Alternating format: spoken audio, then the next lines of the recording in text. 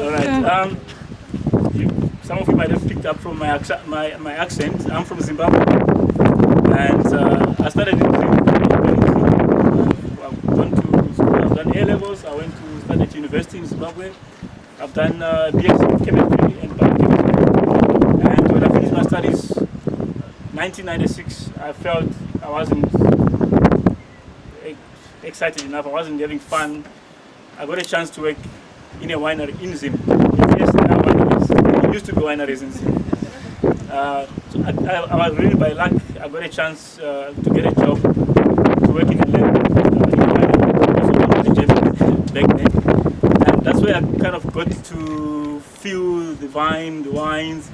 My first one I tasted was Sauvignon Blanc, and it was horrible. I couldn't believe people can taste and drink stuff like that, and all the words that people use, I never believed a thing.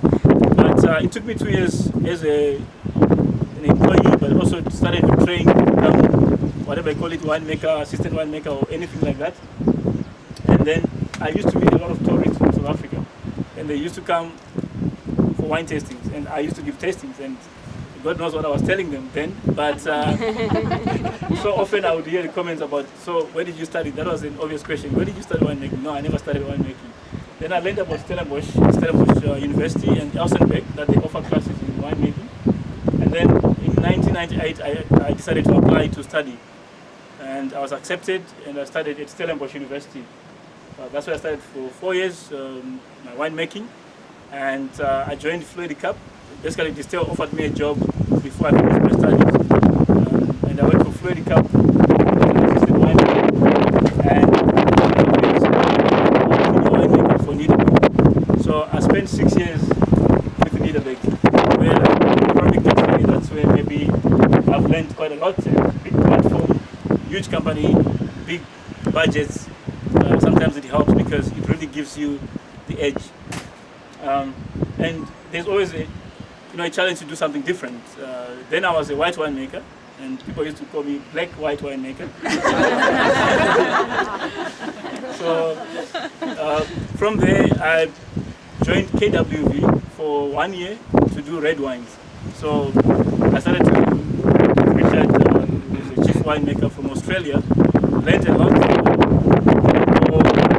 I learned patience, because sometimes we want to rush things, and I've learned a lot about if you make wine, you need to be patient and so forth. And as you grow older, and you're always challenging yourself, thinking, what's next? And I was always thinking of doing a lab. I met a German friend 1 year, so 5 years ago, at the time, and we started talking about doing a label together. And my passion about this guy doing a label together was built with Riesling as a grape. There's no brainer there with Germans and Riesling. So I was really thinking in terms of going into my own thing, doing my own label. And one day I saw an advert for this place, which was for a general manager and winemaker, viticulturist. It really involved the whole scope of winemaking. And I said to myself, so when something feels good, go for it. And I applied for the job. Got interviewed like everybody else. I think we had some discussions back and forth. Also consulted with my friend in Germany who became my mentor. He's also my mentor. He's the managing director of Schloss Vorrat, which is one of the biggest Riesling producers in Germany. In the end, it just felt right. Everything felt right, and I said I have to make the move. And I came here, and I think looking at what we're doing and this is just what you see is just a tip. There's other projects, and we're looking at clearing alien vegetation on the farm. We want to plant a lot of fynbos. I never thought as a winemaker I would be interested in talking about planting fynbos. We want to do medicinal plants and all sorts of things. So really everything kind of working with nature. We are in a village. We are in the country. Everything just feels good. I don't swim yet, but I would love to use the river one day and be able to canoe a bit on the river. So yeah.